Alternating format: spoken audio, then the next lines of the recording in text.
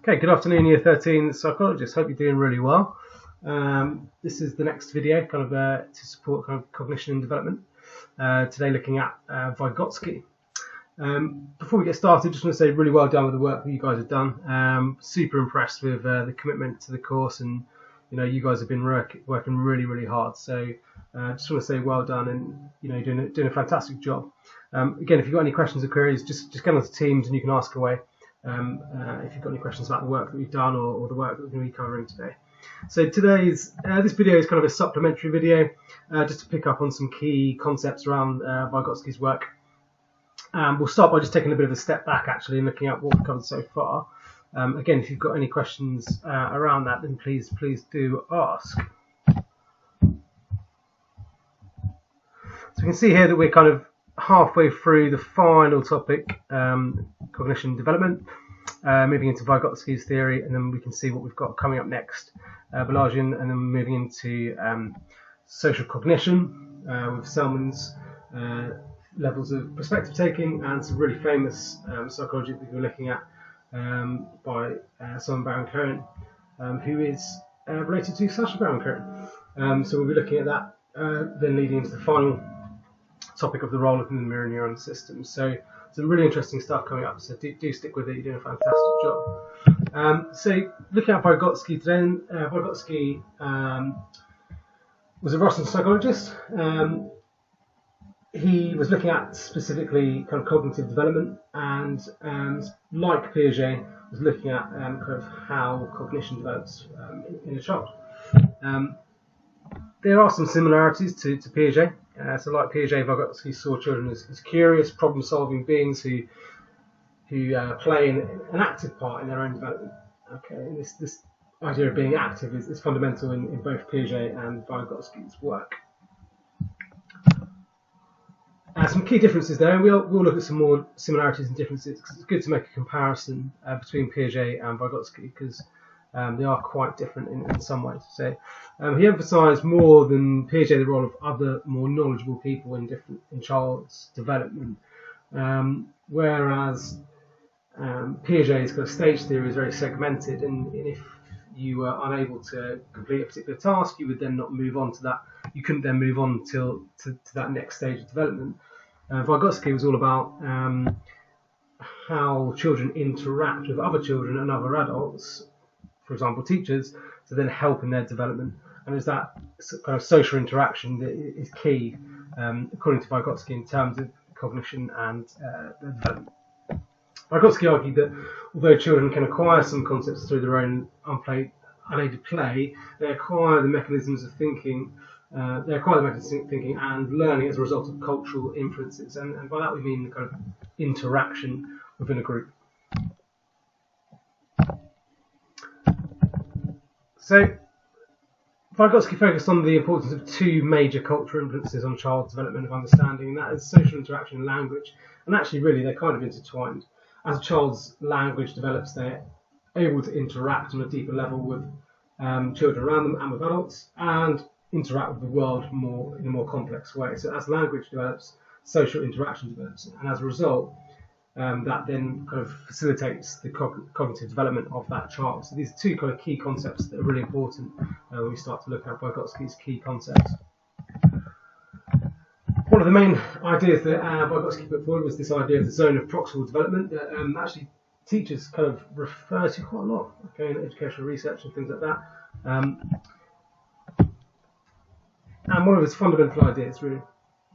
So the zone of proximal development is the area between the child's actual development, so where they currently are, and the potential level which could be achieved with the help of adult experts, or indeed other surrounding children who have maybe got that concept before another child.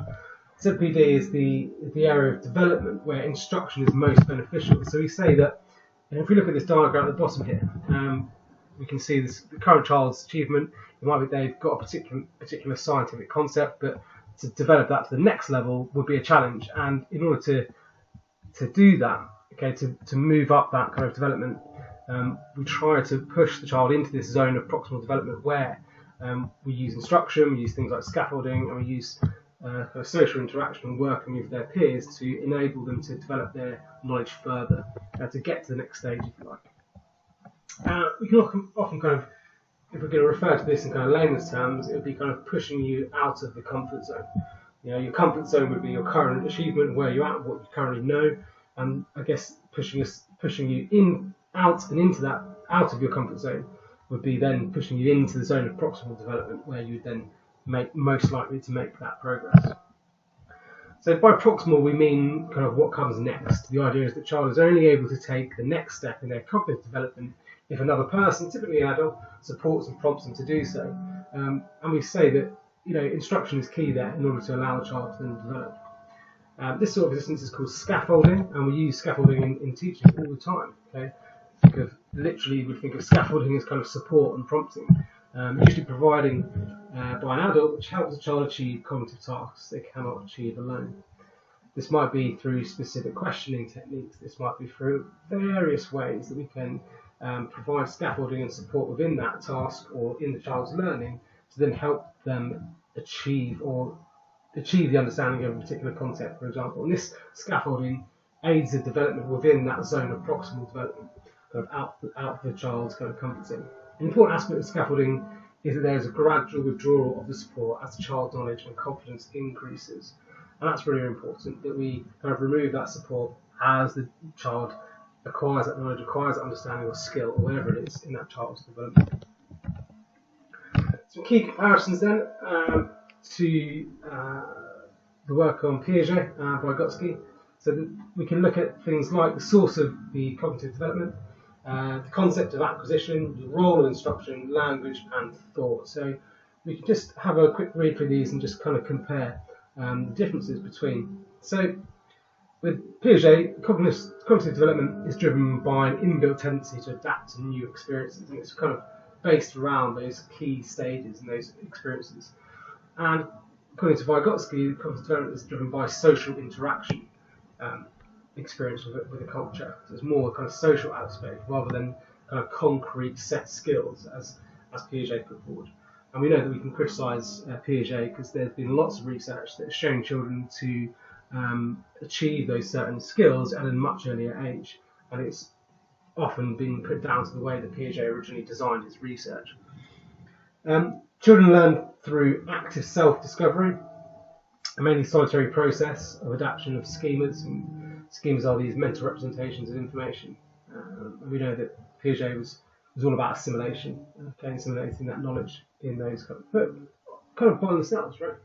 Vygotsky's view, though, is that children learn through instruction and guidance as a result of social interaction, and that social interaction being with children and, of course, kind of expert adults to help move into that zone of proximal development and to reach the next stage in their cognition and cognitive development.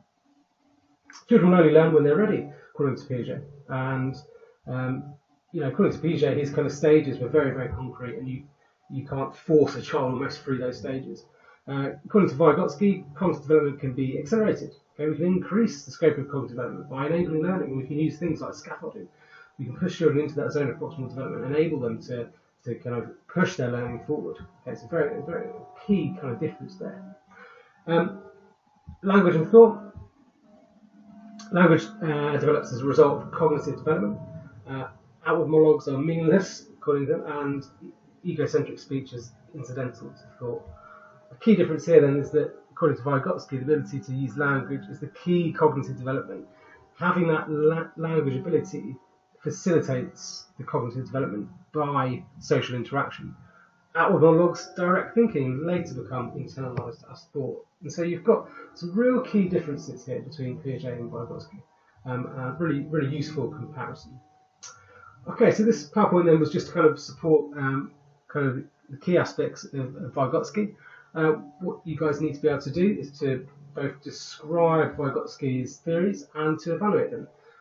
So if we do have any questions about that work or the work that's set due for Monday, please do get on Teams and ask those questions, and I'll be happy to answer them. So hope everyone's well. Speak to you soon, and see you then. Bye.